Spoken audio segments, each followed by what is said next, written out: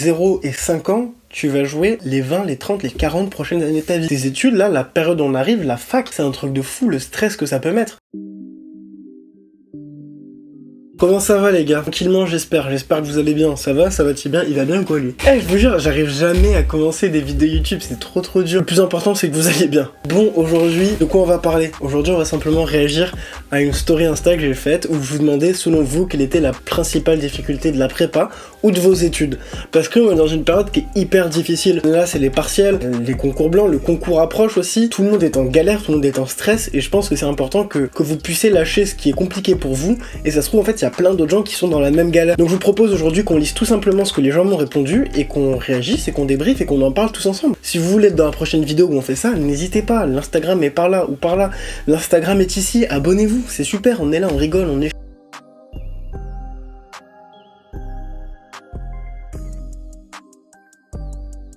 Donc selon pas mal d'entre vous, la principale difficulté c'est la charge de travail constante et le fait de devoir être régulier. Et je suis grave d'accord, c'est pour moi la chose la plus compliquée en prépa, c'est qu'on est tout le temps sous pression. On doit tout le temps être à fond. Quand on a fini ça, on doit faire ça. Quand on a fini ça, on doit faire ça. Encore une fois, c'est ce que je dis à chaque fois quand on me demande comment la charge de travail en prépa. T'es vraiment un cuisinier qui a 5 poêles, mais qu'une seule main, et qui doit gérer des cuissons un peu de partout, tu vois. T'es là, hop, là, hop, et t'as l'impression qu'il y a tout qui va cramer. Et le but, c'est de faire cramer le moins de choses possible, pas d'avoir le meilleur goût. Et c'est ça qui est assez terrible, c'est qu'on a vraiment l'impression d'être toujours dans le rush, en fait. Et ça se vérifie au nombre de notes. J'ai comparé juste récemment avec ma cousine, qui, elle, fait dans un cursus classique, qui n'est pas en prépa, me montrer son pronote, et je vois là 2-3 notes par matière. On a 22 notes par matière en prépa, 20 notes, 15 notes quasiment. C'est un truc de malade le nombre de notes qu'on a. À l'inverse, si elle se loupe sur une note, ça peut tout détruire. Genre, si ça se trouve là, t'as fait un bête de trimestre, etc., t'as un 5, et là ça casse toute ta moyenne parce que t'as que 3 notes. Alors que nous on a un 5, bon t'en fais pas, hein, les 5 qui sont noyés sous la pression des 23 autres notes qui vont arriver. Donc c'est quelque chose qui est compliqué, qui est très essentiel à la prépa quand même, je pense, mais qui est aussi très singulier à la prépa. Je pense qu'il y a que en prépa, peut-être en médecine. En médecine, je pense qu'ils sont moins notés régulièrement. Je sais pas. Peut-être c'est plus dur au niveau de la charge de travail, mais j'ai l'impression que la prépa, on a vraiment beaucoup d'échéances en fait. On est toujours sous le coup d'échéances. Et c'est quelque chose qui est bien quand tu les réussis, mais quand t'enchaînes les 3-5 d'affilée, c'est sûr que c'est pas cool. Mais voilà, c'est sûr, évidemment, tous ceux qui veulent venir en prépa, la charge de travail elle est assez conséquente. Après vous allez voir, vous allez progresser, ce sera de plus en plus facile d'assumer tout ça, mais c'est vrai qu'au début vous allez voir que vous avez des évaluations toute la semaine, que ce soit des contrôles, waouh, je suis retourné en CM2, que ce soit des DS, que ce soit des partiels, que ce soit des DM, que ce soit plein de choses à faire, des cols, et je pense qu'elle est là la principale difficulté en prépa, c'est sûr, c'est indéniable. Et finalement oui c'est ça, clairement ça crée un stress de la régularité, c'est très compliqué de toujours être régulier, on a l'impression qu'on peut jamais se louper. Alors après c'est une impression qu'il faut relativiser parce que c'est justement parce que t'as plein de notes que t'as le droit à quelques échecs. Donc pour ceux qui sont en prépa, pour ceux qui sont pas en prépa, ça doit être encore pire je pense. Parce que c'est vrai qu'en prépa on est très coucouné quand même. On est là, on nous guide un peu. Là t'es à la fac, t'es livré à toi-même, c'est la galère. Moi j'ai beaucoup de respect pour les personnes qui sont à la fac parce que ils ont personne, ils sont tout seuls. Et ça fait un lien avec la deuxième problématique. Ça va exactement avec ce que je vous disais avant de faire la super transition.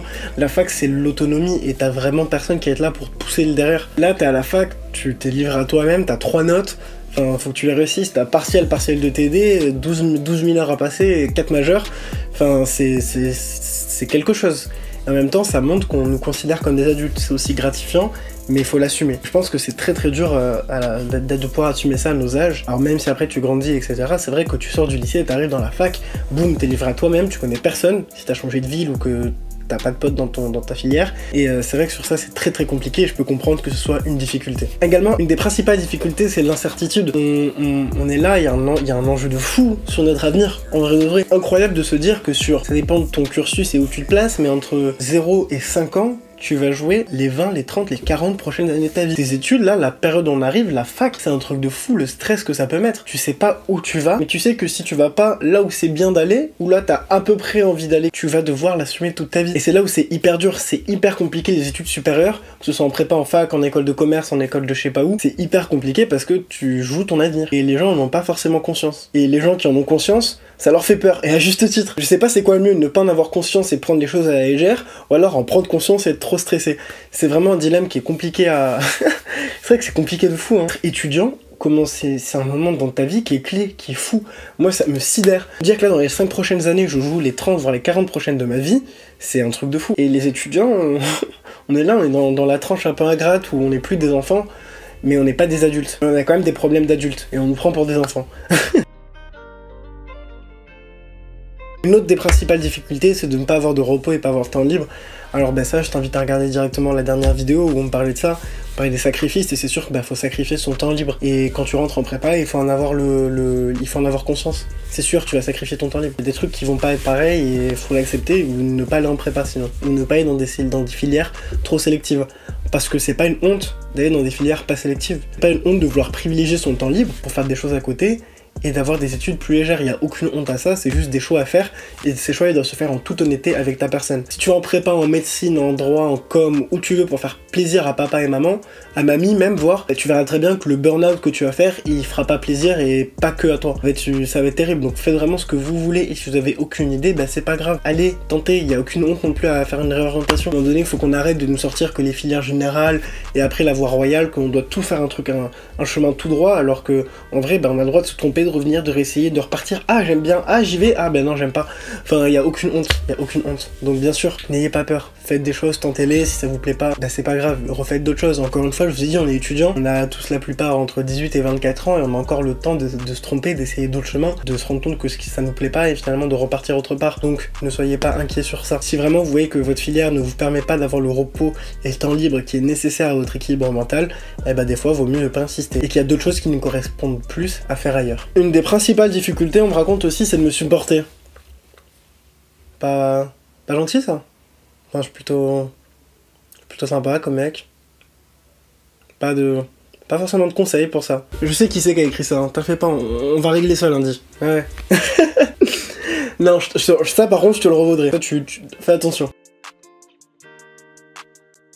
La dernière difficulté que je voulais aborder avec vous, c'est forcément la fatigue mentale et la fatigue psychologique. C'est des sujets qui sont pas encore assez pris au sérieux, je pense, parce que on voit surtout avec le Covid, avec l'époque de confinement, qu'il y a plein de burn-out étudiants qui sont multipliés. Donc c'est quelque chose qui doit être pris au sérieux. Toi qui regardes cette vidéo, si tu te sens dans une période où t'es peut-être un peu déprimé, où tu sens que le burn-out arrive, et ben faut que tu prennes soin de toi. Et c'est pas grave si tu loupes un truc avant. Ce qui compte le plus important, c'est ta santé mentale. Il ne faut pas que les études rongent votre santé mentale. N'oubliez pas que les études, à terme, c'est juste un tremplin, c'est pas une finalité. La finalité, c'est pas ton petit partiel que tu vas passer, c'est juste un moyen d'arriver à ce que tu veux faire plus tard.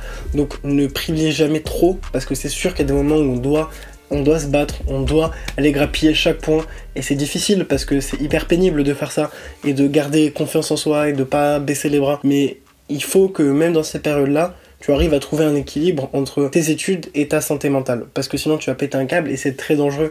On a vu les burn-out étudiants se multiplier, même à la prépa. Il y a plein de gens que je connais, ou que je connais pas forcément même, mais qui sont venus me parler sur Insta, qui m'ont expliqué qu'ils étaient en burn-out et qu'ils vivaient très mal, etc. Et faire attention à ce genre de choses-là, parce qu'il faut les prendre au sérieux, parce que ça rime avec plein de pensées noires. On a pu le voir vraiment pendant le confinement où il y a eu des suicides, etc. Donc vraiment, ne forcez pas. Il y a des moments où il faut prendre sur soi. Bah, faut prendre sur soi, mais quand on n'en peut plus, on n'en peut plus. Il faut pas avoir honte de prendre des pauses, et de vraies pauses. Bon, voilà, hein, je crois qu'on a tout dit. Encore merci à tous ceux qui ont répondu. N'hésitez pas à aller sur Instagram pour pouvoir participer, ça se trouve, la prochaine fois. J'aime bien lancer des petits sujets à thème comme ça et les prendre en vidéo parce que ça permet d'échanger sur un truc ça permet de créer du lien en fait. C'est pas juste moi dans ma caméra qui parle, c'est moi qui j'ai l'impression de vous répondre finalement, et c'est des vidéos qui sont toujours très cool à tourner. J'espère que les sujets ne vont pas déprimer, mais c'est sûr que les études ça reste quelque chose qui est compliqué. Des hauts et des bas, et il faut avoir conscience des deux. N'hésitez pas, et dans la description il y aura des Instagram qui peuvent vous aider, ou clairement venez nous rejoindre nous sur Instagram, on a bientôt 200. On approche, je suis à ça d'être une star les gars. C'était Charlie, je vous dis à bientôt, ciao.